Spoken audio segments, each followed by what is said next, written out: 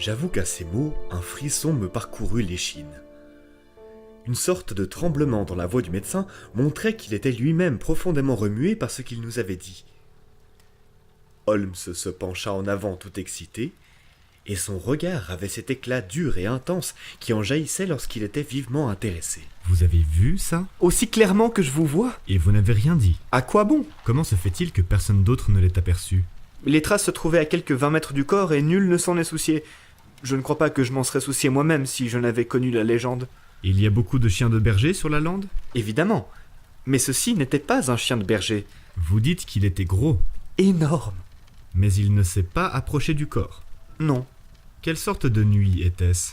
Humide et froide. Mais il ne pleuvait pas. Non.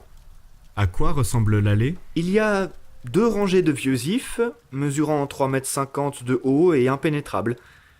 Le chemin au centre fait à peu près 2,50 m de large. Y a-t-il quelque chose entre les haies et le chemin ? Oui, il y a une bande de gazon d'environ 2 mètres de large de chaque côté. Si j'ai bien compris, la rangée d'ifs est coupée à un endroit par une porte. Oui, la barrière qui ouvre sur la lande. Y a-t-il une autre ouverture ? Aucune. Donc, pour atteindre l'allée des ifs, il faut soit descendre depuis la maison, soit y entrer par la porte donnant sur la lande. Il y a une sortie en passant par un petit pavillon tout au bout. Sir Charles l'avait-il atteinte ? Non, il gisait à environ 50 mètres de là. Maintenant, docteur Mortimer, dites-moi, et ceci est d'importance. Les empreintes que vous avez vues se trouvaient sur le chemin et non sur l'herbe. Aucune empreinte n'aurait pu marquer le gazon. Étaient-elles du même côté du chemin que la porte de la lande ? Oui, elle se trouvait au bord du chemin, du même côté que la barrière. Vous m'intéressez au plus haut point. Autre chose, la barrière était-elle fermée ? Fermée et verrouillée. Quelle est sa hauteur ? Environ 1,20 m. Par conséquent, n'importe qui aurait pu la franchir. Oui, Et quelles traces avez-vous observées près de la barrière ? aucune en particulier. Dieu du ciel, personne n'a examiné l'endroit ? Ah si, je l'ai examiné moi-même. Et vous n'avez rien trouvé ? Tout cela était très confus. Il est certain que Sir Charles avait passé 5 ou 10 minutes là. Comment savez-vous cela ? Parce que la cendre a eu le temps de tomber 2 fois de son cigare. Excellent. Voici un collègue comme nous les aimons, Watson. Mais les empreintes ? Il a laissé ses propres empreintes un peu partout sur ce petit carré de gravier. Je n'ai pu en distinguer aucune autre. Sherlock Holmes se frappa le genou de la main dans un mouvement d'impatience.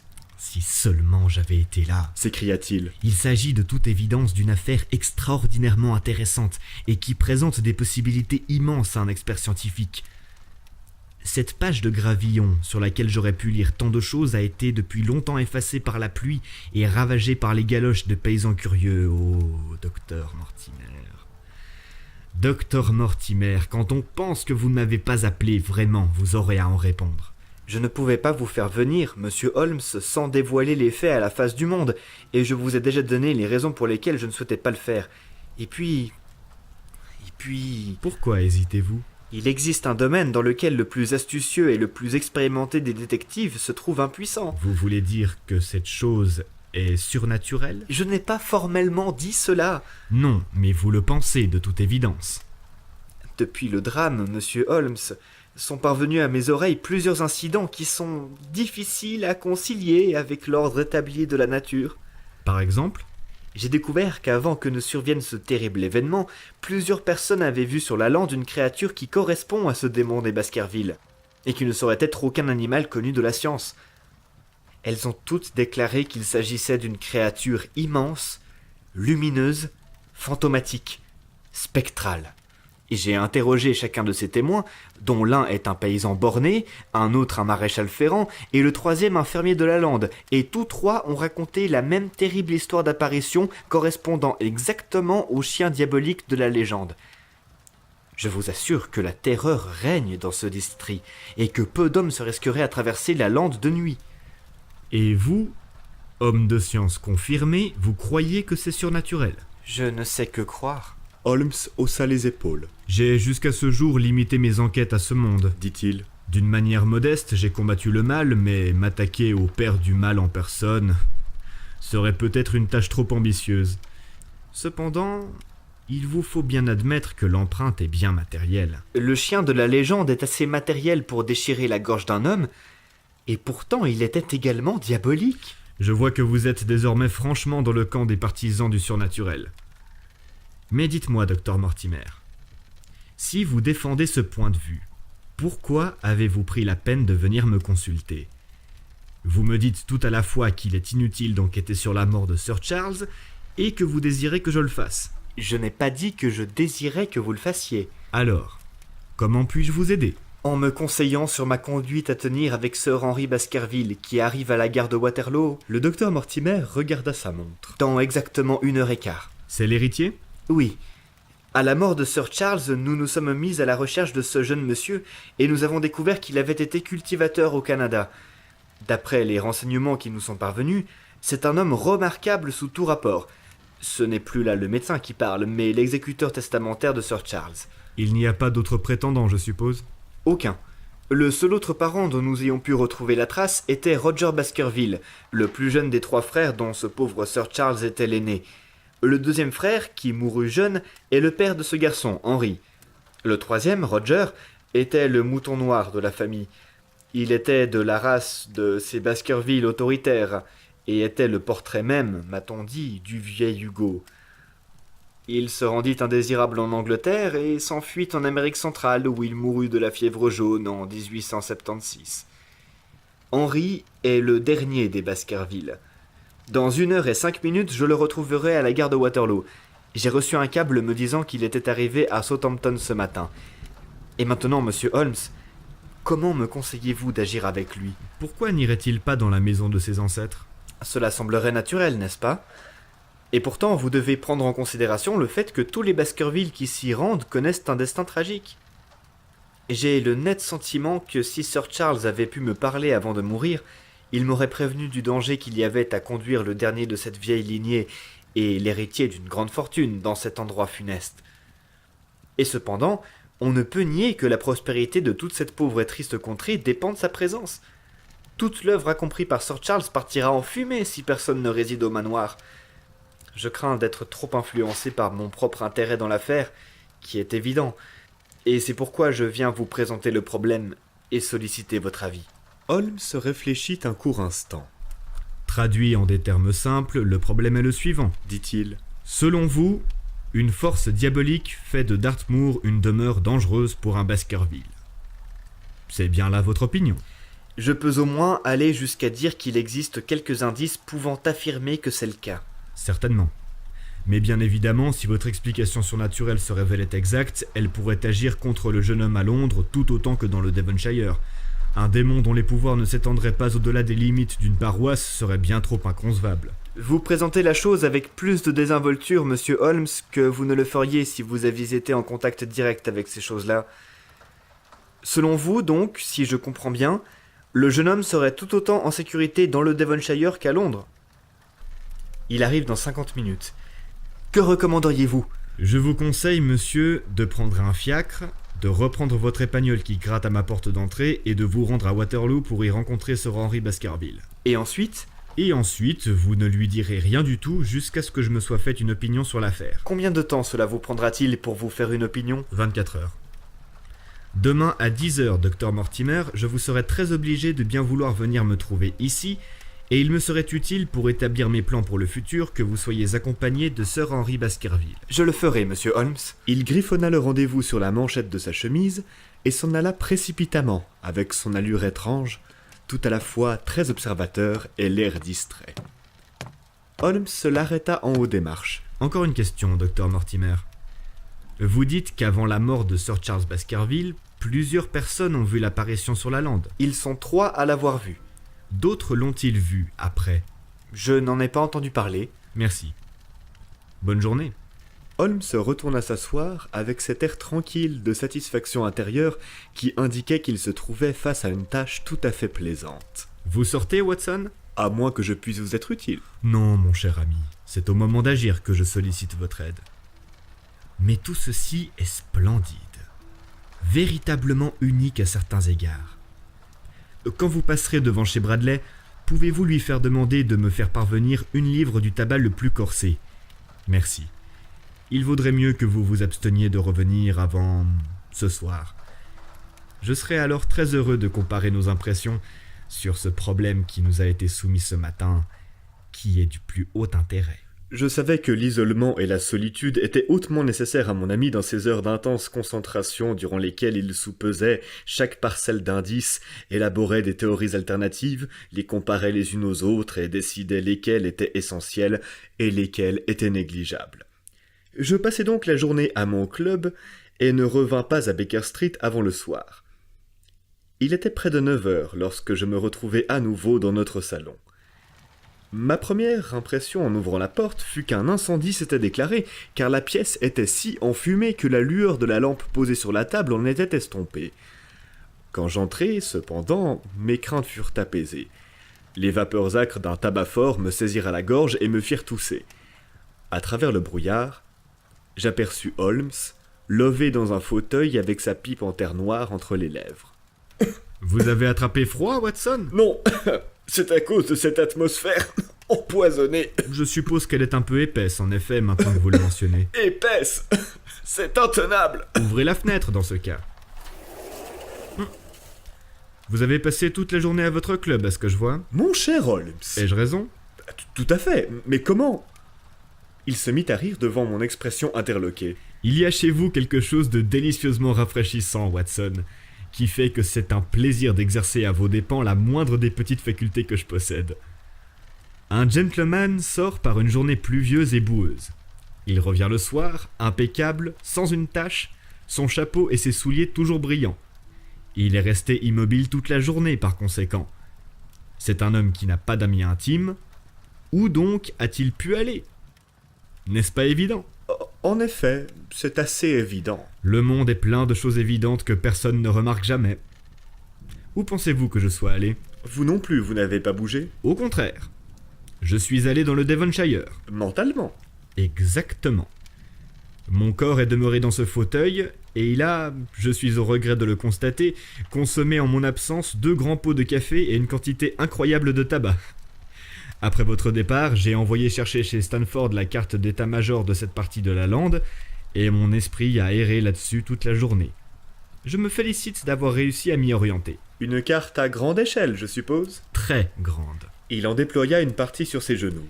Ici se trouve le district qui nous intéresse en particulier.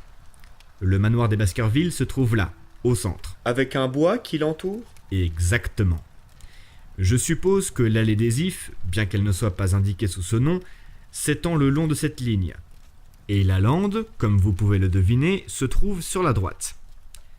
Ce petit groupe de bâtiments ici est le hameau de Grimpen, où notre ami le docteur Mortimer a ses quartiers. Dans un rayon de 8 km, il n'y a, vous le voyez, que quelques habitations dispersées. Ici se situe le manoir de Lafter, mentionné dans le récit. Il y a une maison indiquée là qui est peut-être la maison du naturaliste. Stapleton, si je me rappelle bien son nom. Voici 2 fermes, Hightor et Fulmin. Puis, à 20 km de là, la grande prison de Princetown. Entre ces points éparpillés, ainsi que tout autour, s'étend la lande désolée et sans vie. Voici donc la scène où s'est déroulée la tragédie et où nous pourrions être amenés à la rejouer. Ce doit être un endroit sauvage. Oui, le lieu est remarquable. Si le démon désirait se mêler des affaires humaines... Alors vous penchez vous aussi pour une explication surnaturelle ? Les agents du démon peuvent bien être de chair et de sang, n'est-ce pas ? Pour commencer, il y a 2 questions qui nous attendent. L'une est tout simplement de savoir si un crime a été commis. La seconde est... Quel est le crime et comment a-t-il été commis ? Bien évidemment, si l'hypothèse du docteur Mortimer se vérifie et que nous avons affaire à des puissances extérieures aux lois ordinaires de la nature, cela mettrait fin à notre enquête. Mais nous devons épuiser toutes les autres hypothèses avant de revenir à celle-ci. Je pense que nous allons refermer cette fenêtre si cela ne vous ennuie pas. C'est une chose étrange, mais je trouve qu'une atmosphère confinée aide à la concentration. Je ne suis pas encore allé jusqu'à m'enfermer dans une boîte pour réfléchir, mais c'est là l'aboutissement logique de mes convictions. Avez-vous repensé à l'affaire ? Oui, j'y ai beaucoup songé pendant la journée. Qu'en concluez-vous ? C'est tout à fait déconcertant. Elle a certainement son originalité propre. Il y a des points qui sont très caractéristiques. Ce changement dans la forme des empreintes de pas, par exemple. Comment l'expliquez-vous ?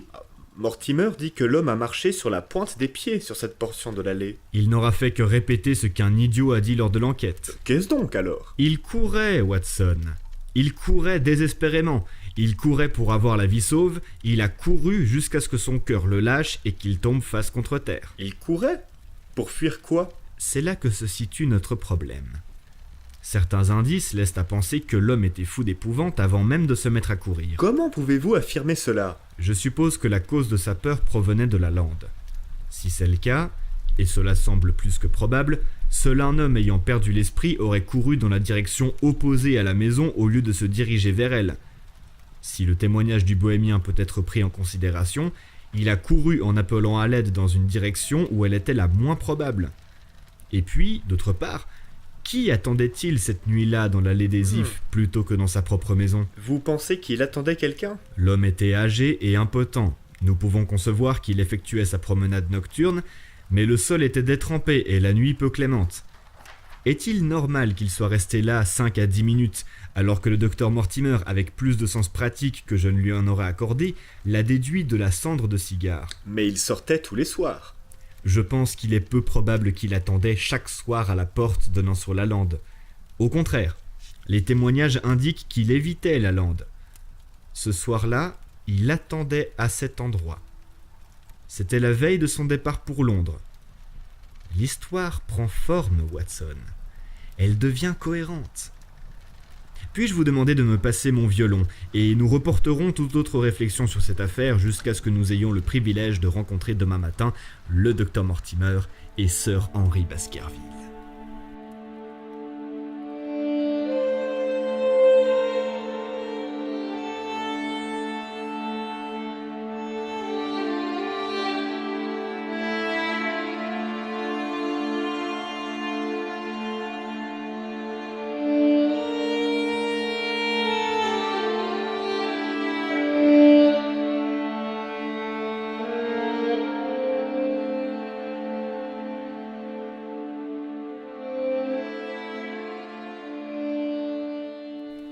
La table de notre petit déjeuner fut débarrassée de bonne heure, et Holmes attendait, en robe de chambre, l'entretien prévu. Nos clients furent ponctuels, car l'horloge venait de sonner 10 heures lorsque le docteur Mortimer fut introduit, suivi du jeune baronnet. Ce dernier était un petit homme alerte aux yeux foncés, d'une trentaine d'années, très trapu, avec d'épais sourcils noirs et un visage déterminé et pugnace. Il portait un costume de tweed rouille et avait le physique tanné de celui qui a passé l'essentiel de sa vie au grand air, mais quelque chose pourtant dans son regard posé et la tranquille assurance de son allure indiquait l'homme distingué. « Voici Sir Henry Baskerville », dit le docteur Mortimer. Oui, en effet. Et la chose est étrange, monsieur Sherlock Holmes, mais si mon ami ici présent ne m'avait pas proposé d'aller tout droit vous trouver ce matin, je serais venu de moi-même. J'ai entendu dire que vous résolviez les petites énigmes, et j'en ai rencontré une ce matin qui nécessite plus de réflexion que je ne suis capable d'en fournir. Asseyez-vous, je vous prie, Sir Henry. Dois-je comprendre que vous avez vous-même vécu quelque chose d'extraordinaire depuis votre arrivée à Londres? Rien de très important, monsieur Holmes. Seulement une plaisanterie, sans doute. Il s'agit de cette lettre, si on peut appeler cela une lettre, qui m'est parvenue ce matin. Il posa une enveloppe sur la table, et nous nous penchâmes tous dessus. Elle était assez ordinaire, de couleur grisâtre. L'adresse, Sir Henry Baskerville, Northumberland Hotel, était écrite en caractères grossiers. Elle avait été postée de Charing Cross la veille au soir. Qui savait que vous alliez au Northumberland Hotel? Demanda Holmes en regardant intensément notre visiteur. Personne ne pouvait le savoir. Nous ne l'avons décidé qu'après ma rencontre avec le docteur Mortimer. Mais le docteur Mortimer, sans doute, y résidait déjà. « Non, dit le docteur. Je suis descendu chez un ami. Rien ne pouvait indiquer que nous projetions d'aller dans cet hôtel. » Il sortit de l'enveloppe une demi-feuille de papier petit format pliée en 4. Il la déplia et l'étala sur la table. Au milieu de cette feuille, une phrase unique avait été constituée en collant des mots imprimés. Elle disait « Si vous tenez à la vie ou à votre raison, restez loin de la lande. » Seul le mot « lande » avait été écrit à la main. Maintenant, dit Sir Henry Baskerville, Peut-être allez-vous pouvoir me dire, monsieur Holmes, ce que diable signifie cela, et qui donc s'intéresse tant à mes affaires? On dirait que quelqu'un s'intéresse beaucoup à vos déplacements. Qu'en dites-vous, monsieur Mortimer? Vous devez reconnaître qu'il n'y a rien de surnaturel là-dedans. En aucun cas. Non, monsieur, mais cela peut fort bien provenir de quelqu'un qui est convaincu que cette histoire est d'ordre surnaturel. Quelle histoire? demanda sèchement Sir Henry. Il me semble, messieurs, que vous en savez tous beaucoup plus long que moi sur mes propres affaires. Vous saurez tout ce que nous savons avant d'avoir quitté cette pièce, Sir Henry. Je vous le promets. Nous allons nous en tenir pour le moment, avec votre permission, à ce document fort intéressant qui a dû être assemblé et posté hier soir. Avez-vous le Times d'hier, Watson? Il se trouve par ici. Puis-je vous demander de me le passer? La page intérieure, s'il vous plaît, celle qui contient les principaux articles. Il la parcourut rapidement du regard, ses yeux balayant les colonnes de haut en bas. Article capital que celui-ci. Sur le libre-échange. Permettez-moi de vous en livrer un extrait. Si vous êtes séduit par l'idée que votre propre activité, ou l'entreprise à laquelle vous tenez, soit favorisée par des droits de douane protectionnistes, sachez que la raison veut qu'une telle législation, à long terme, amènera obligatoirement la prospérité à rester loin de notre pays, diminuera la valeur de nos exportations et abaissera les conditions générales de vie sur l'île. Qu'en pensez-vous, Watson? S'écria Holmes tout enjoué en se frottant les mains. Ne pensez-vous pas que c'est là une opinion admirable? Le docteur Mortimer regarda Holmes avec une curiosité toute professionnelle, tandis que Sir Henry Baskerville tournait vers moi ses deux yeux sombres et décontenancés. Je ne connais pas grand-chose aux droits de douane et à ces choses-là, mais il me semble que nous nous éloignons un peu de notre piste en ce qui concerne cette lettre. Au contraire. Je pense que nous sommes justement au cœur de notre affaire, Sir Henry. Watson ici présent connaît mieux mes méthodes que vous, mais je crains que même lui n'ait pas saisi la signification de cette phrase. Non, j'avoue que je ne vois aucune connexion. Et pourtant, mon cher Watson, il existe une connexion si étroite que l'une découle directement de l'autre. Vous, votre, vie, raison, tenez, restez loin, de là. Ne voyez-vous pas maintenant d'où ces mots ont été tirés? Dieu du ciel! Mais vous avez raison, S'écria Sir Henry. Eh bien, si cela n'est pas astucieux... S'il demeurait le moindre doute, il serait levé par le fait que « restez loin » et « de là » ont été découpés en un seul morceau. Mais oui, c'est bien le cas. Vraiment, monsieur Holmes, ceci dépasse tout ce que je pouvais imaginer. Dit le docteur Mortimer en dévisageant mon ami avec stupéfaction. Je peux comprendre que n'importe qui devine que les mots proviennent d'un journal, mais que vous puissiez dire duquel il s'agit et ajouter de quel article ils sont extraits, c'est vraiment la chose la plus remarquable que j'ai jamais vue. Comment avez-vous fait? Je suppose, docteur, que vous pourriez différencier le crâne d'un noir de celui d'un esquimau. Très certainement. Mais comment? Parce que c'est mon dada.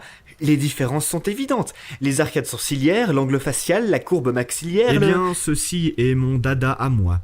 Et les divergences sont tout aussi évidentes. Il y a tant de différences, à mes yeux, entre les caractères gras d'un article du Times et l'impression plus claire d'un journal du soir à un demi-penny qu'il y en a entre votre noir et votre esquimau.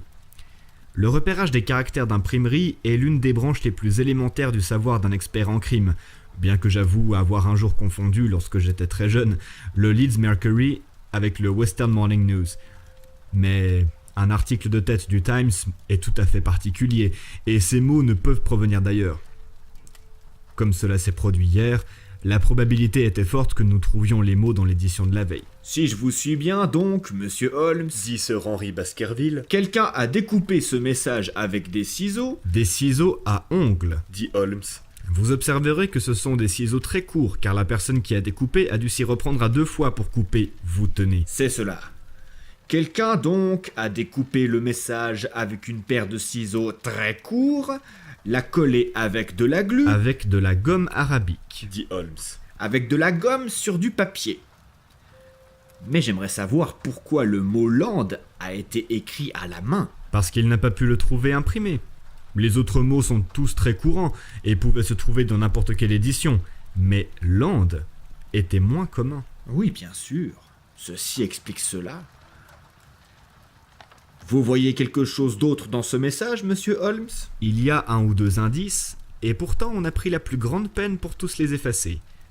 L'adresse, comme vous le voyez, est écrite en caractères assez grossiers.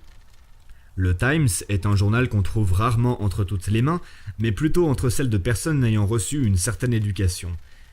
Nous pouvons donc penser que la lettre a été constituée par un homme instruit qui souhaitait passer pour un homme sans éducation, et son effort pour dissimuler sa propre écriture laisse supposer que cette écriture pourrait être connue, ou en venir à être connue de vous. Là encore, vous remarquerez que les mots ne sont pas collés en ligne droite, mais que certains sont beaucoup plus hauts que d'autres. Vie, par exemple, n'est pas du tout à sa place. Cela peut indiquer un manque de soin, ou de l'agitation et un certain empressement de la part du découpeur. Dans l'ensemble, je penche pour cette dernière hypothèse, étant donné que l'affaire est évidemment importante et qu'il est peu probable que l'auteur d'une telle lettre soit peu soigneux. Et s'il était pressé, cela nous pose la question intéressante de savoir pourquoi il l'était.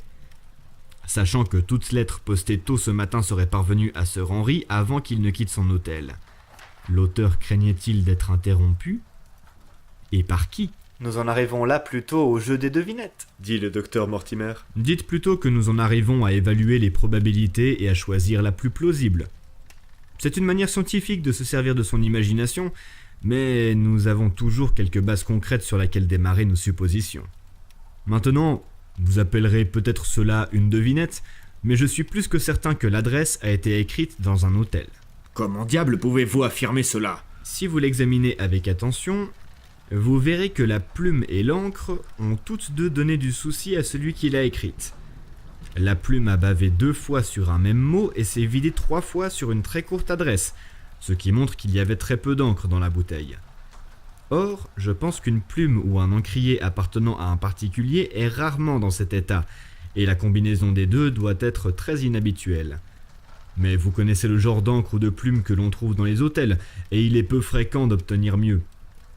Oui, c'est sans beaucoup d'hésitation que j'affirme que si nous pouvions examiner les corbeilles à papier des hôtels aux environs de Charing Cross jusqu'à ce que nous trouvions les restes de l'article du Times découpé, nous pourrions mettre la main sur la personne qui a envoyé ce message singulier.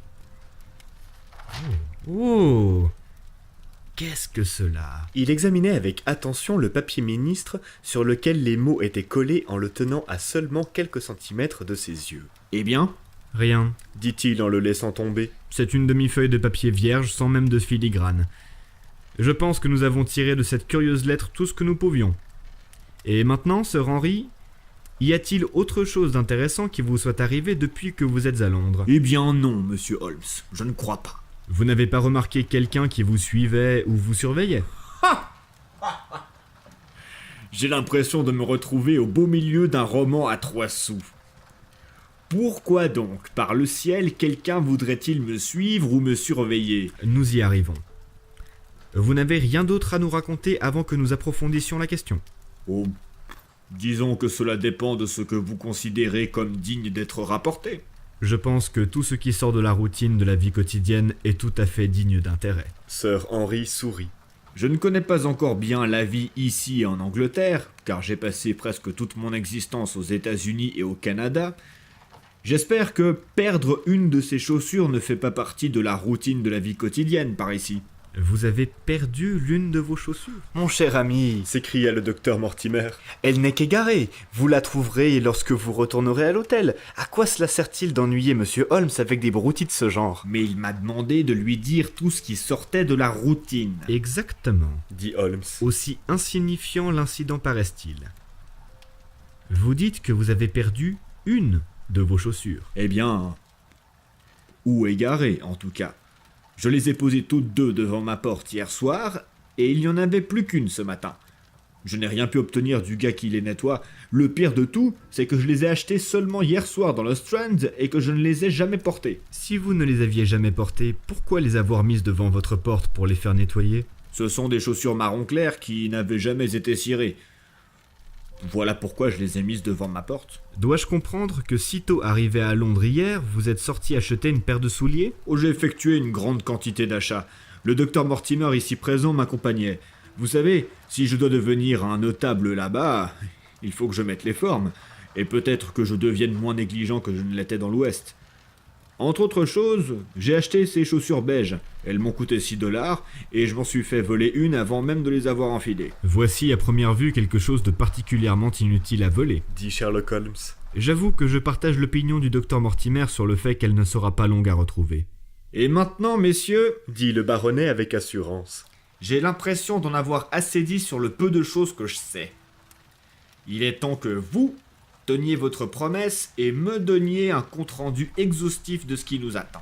Votre demande est tout à fait raisonnable. Répondit Holmes. Docteur Mortimer, je pense que vous ne pouvez rien faire de mieux que raconter votre histoire telle que vous nous l'avez livrée.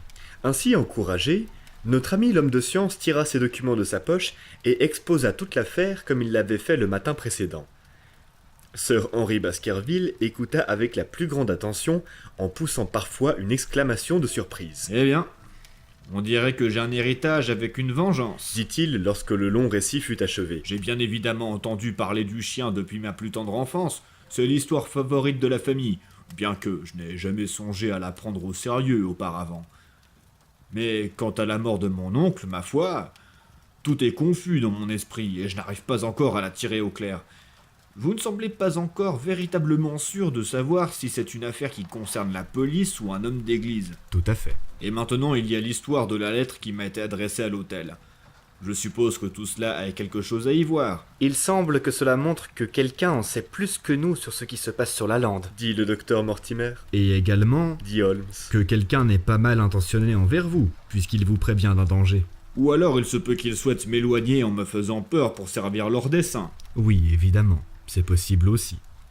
Je vous suis très reconnaissant, docteur Mortimer, de m'avoir soumis ce problème qui présente plusieurs solutions intéressantes. Mais le détail pratique sur lequel nous devons maintenant prendre une décision, Sir Henry, est de savoir s'il est, oui ou non, souhaitable que vous vous rendiez à Baskerville Hall. Pourquoi je n'irai pas ? Il pourrait y avoir du danger. Vous pensez à un danger lié à ce démon familial ou lié à des êtres humains ? Eh bien, c'est ce qu'il nous faut découvrir. Que ce soit l'un ou l'autre, ma réponse est la même. Aucun diable de l'enfer, monsieur Holmes, ni aucun homme sur Terre ne m'empêchera de me rendre dans la maison de mes ancêtres, et vous pouvez considérer cela comme une réponse définitive. Ses sourcils sombres se froncèrent, et son visage s'empourpra sur ces paroles. Il était évident que le tempérament enflammé des Baskerville n'était pas absent du caractère de leur dernier représentant. En attendant, Reprit-il. je n'ai guère eu le temps de réfléchir à tout ce que vous m'avez raconté. Ce n'est pas une mince affaire que de comprendre et de décider sur le champ. J'aimerais mieux avoir 1 heure au calme, tout seul, pour me faire une opinion. Bon, monsieur Holmes, il est maintenant 11h30 et je vais de ce pas retourner à l'hôtel. Que diriez-vous de venir avec votre ami le Dr Watson déjeuner avec nous ? Je serai plus en mesure de vous dire clairement comment j'envisage la chose. Cela vous convient-il, Watson ? Tout à fait. Alors vous pouvez compter sur nous. Souhaitez-vous que je vous fasse appeler un fiacre ? Je préférerais marcher, car cette affaire m'a plutôt secoué. Je vous accompagnerai volontiers dans votre promenade. lui dit son compagnon. Alors nous nous retrouvons à 2h. Au revoir, et bonne matinée. Nous entendîmes les pas de nos visiteurs descendre l'escalier et la porte d'entrée claquer. En un instant, Holmes s'était métamorphosé et le rêveur langoureux était devenu l'homme d'action. Votre chapeau et vos chaussures, Watson, vite ! Pas un moment à perdre. Il se précipita dans sa chambre, toujours en robe de chambre, et en ressortit quelques secondes plus tard vêtu d'un pardessus. Nous dévalâmes les marches et nous retrouvâmes dans la rue. Le docteur Mortimer et Baskerville étaient toujours en vue, à environ 200 mètres devant nous en direction d'Oxford Street. Dois-je courir et les arrêter ? Pour rien au monde, mon cher Watson. Je me satisfais pleinement de votre compagnie, si vous tolérez la mienne. Nos amis sont bien avisés, car c'est certainement une bien belle matinée pour une promenade. Il hâta le pas jusqu'à réduire de moitié la distance qui nous séparait. Puis, en restant à une centaine de mètres derrière eux, nous les suivîmes le long d'Oxford Street, puis de Regent Street. Lorsque nos amis s'arrêtèrent pour regarder la vitrine d'un magasin, Holmes fit de même. Un instant plus tard, il poussa un petit cri de satisfaction et, en suivant la direction de son regard avide, je vis un fiacre avec quelqu'un à l'intérieur, arrêté de l'autre côté de la rue, qui repartait lentement. Voilà notre homme, Watson. Venez, nous nous en ferons une bonne idée, à défaut de pouvoir faire mieux. À cet instant, je fus conscient qu'une barbe noire et touffue, ainsi qu'une paire d'yeux perçants se tournaient vers nous à travers la vitre du fiacre. La capote du toit se referma d'un coup, on lança quelque chose au cocher et le fiacre partit furieusement le long de Regent Street. Holmes chercha désespérément une autre voiture aux alentours, mais nous n'en vîmes aucune de libre.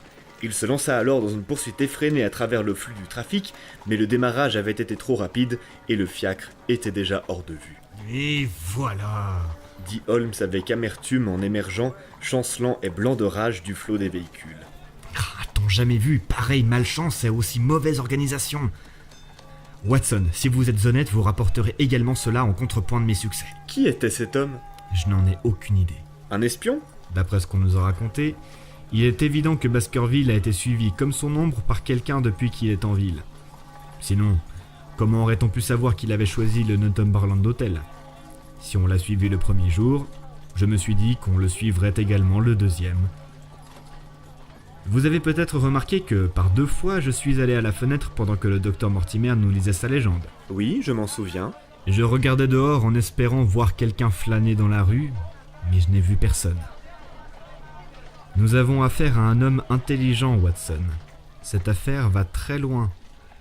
Et bien que je n'ai pas encore tranché la question de savoir si nous sommes confrontés à une entreprise bienfaisante ou malfaisante, je reste toujours conscient de ses facultés et de son intention.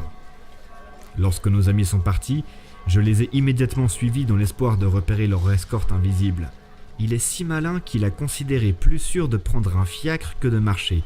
Ainsi, il pouvait traîner derrière eux ou les dépasser à vive allure et échapper à leur curiosité. Cette méthode présentait de surcroît l'avantage que, s'il prenait un fiacre, il serait en mesure de le suivre. Mais elle a cependant une contrepartie évidente. Elle le met à la merci du cocher? Exactement. Quel dommage que nous n'ayons pas relevé le numéro. Mon cher Watson, aussi maladroit que j'ai été, vous n'imaginez tout de même pas que j'ai négligé de relever le numéro. 2704, voilà notre homme. Mais cela ne nous est d'aucune utilité pour le moment. Je ne vois pas comment vous auriez pu faire plus. En remarquant le fiacre, j'aurais dû faire instantanément demi-tour et repartir dans la direction opposée.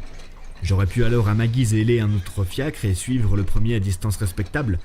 Ou mieux encore, me rendre au Northumberland Hotel et attendre là-bas. Pendant que notre inconnu aurait suivi Baskerville chez lui, nous aurions pu à loisir le prendre à son propre jeu et voir où il allait.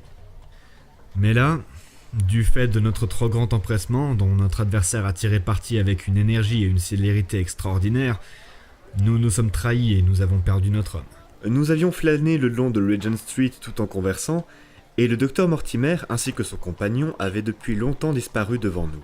Il n'y a aucune raison à ce que nous les suivions, dit Holmes. L'ombre s'est dissipée et elle ne réapparaîtra pas. Nous devons considérer quelles cartes nous avons encore dans les mains et les jouer de manière résolue. Pourriez-vous reconnaître formellement le visage de l'homme dans le fiacre? Je ne pourrais être affirmatif qu'en ce qui concerne sa barbe. Tout comme moi. J'en déduis donc, selon toute probabilité, qu'il s'agissait d'un postiche. Un homme intelligent, dans une entreprise aussi délicate, n'a que faire d'une barbe, si ce n'est pour dissimuler ses traits. Venez par ici, Watson. Il entra dans un bureau de messagerie de quartier où il fut chaleureusement accueilli par le gérant. Ah, Wilson! Je constate que vous n'avez pas oublié la petite affaire au cours de laquelle j'ai eu le privilège de vous aider. Oh non, monsieur, pas du tout. Vous avez sauvé ma réputation, et peut-être même ma vie. Mon cher ami, vous exagérez. J'ai souvenir, Wilson, que vous aviez parmi vos messagers un jeune gars nommé Cartwright, qui a démontré certaines qualités au cours de l'enquête. Oui, monsieur, il est toujours parmi nous. Pourriez-vous l'appeler? Merci. Et j'aimerais avoir de la monnaie sur ce billet de 5 livres. Un garçon de 14 ans, le visage vif et ouvert, avait obéi à l'appel du gérant. Il se tenait à présent devant le grand détective et le regardait avec admiration. Passez-moi l'annuaire des hôtels, dit Holmes. Merci. Maintenant, Cartwright, voici les noms de 23 hôtels qui tous se trouvent dans les environs immédiats de Charing Cross. Vous saisissez? Oui, monsieur. Vous allez vous rendre dans chacun d'eux, l'un après l'autre. Oui, monsieur. Vous commencerez par donner à chaque fois 1 shilling au chasseur à l'extérieur. Voici 23 shillings. Bien, monsieur. Vous lui direz que vous souhaitez voir les papiers mis au rebut hier. Vous direz qu'un télégramme important a été égaré et que vous êtes à sa recherche. Vous comprenez? Oui, monsieur. Mais ce que vous cherchez en réalité est une page centrale du Times avec des trous coupés avec des ciseaux. Voici un exemplaire du Times. Il s'agit de cette page-là. Vous pourrez facilement la reconnaître, n'est-ce pas? Oui, monsieur. À chaque fois, le chasseur à l'extérieur enverra chercher le chasseur du hall à qui vous donnerez également un shilling. Voici 23 shillings. Il est possible que sur les 23, il y en ait 20 pour lesquels vous apprendrez que les détritus de la veille ont été brûlés ou emportés. Dans 3 autres, on vous montrera un tas de papier dans lequel vous chercherez 7 pages du Times. Il y a toutes les chances pour que vous ne la trouviez pas. Et voici 10 shillings de plus en cas d'urgence. Envoyez-moi un rapport par câble à Baker Street avant ce soir. Et maintenant, Watson, il ne nous reste plus qu'à envoyer un câble pour découvrir l'identité du cocher numéro 2704. Puis, nous irons dans l'une des galeries de peinture de Bond Street où nous passerons le temps avant notre rendez-vous à l'hôtel.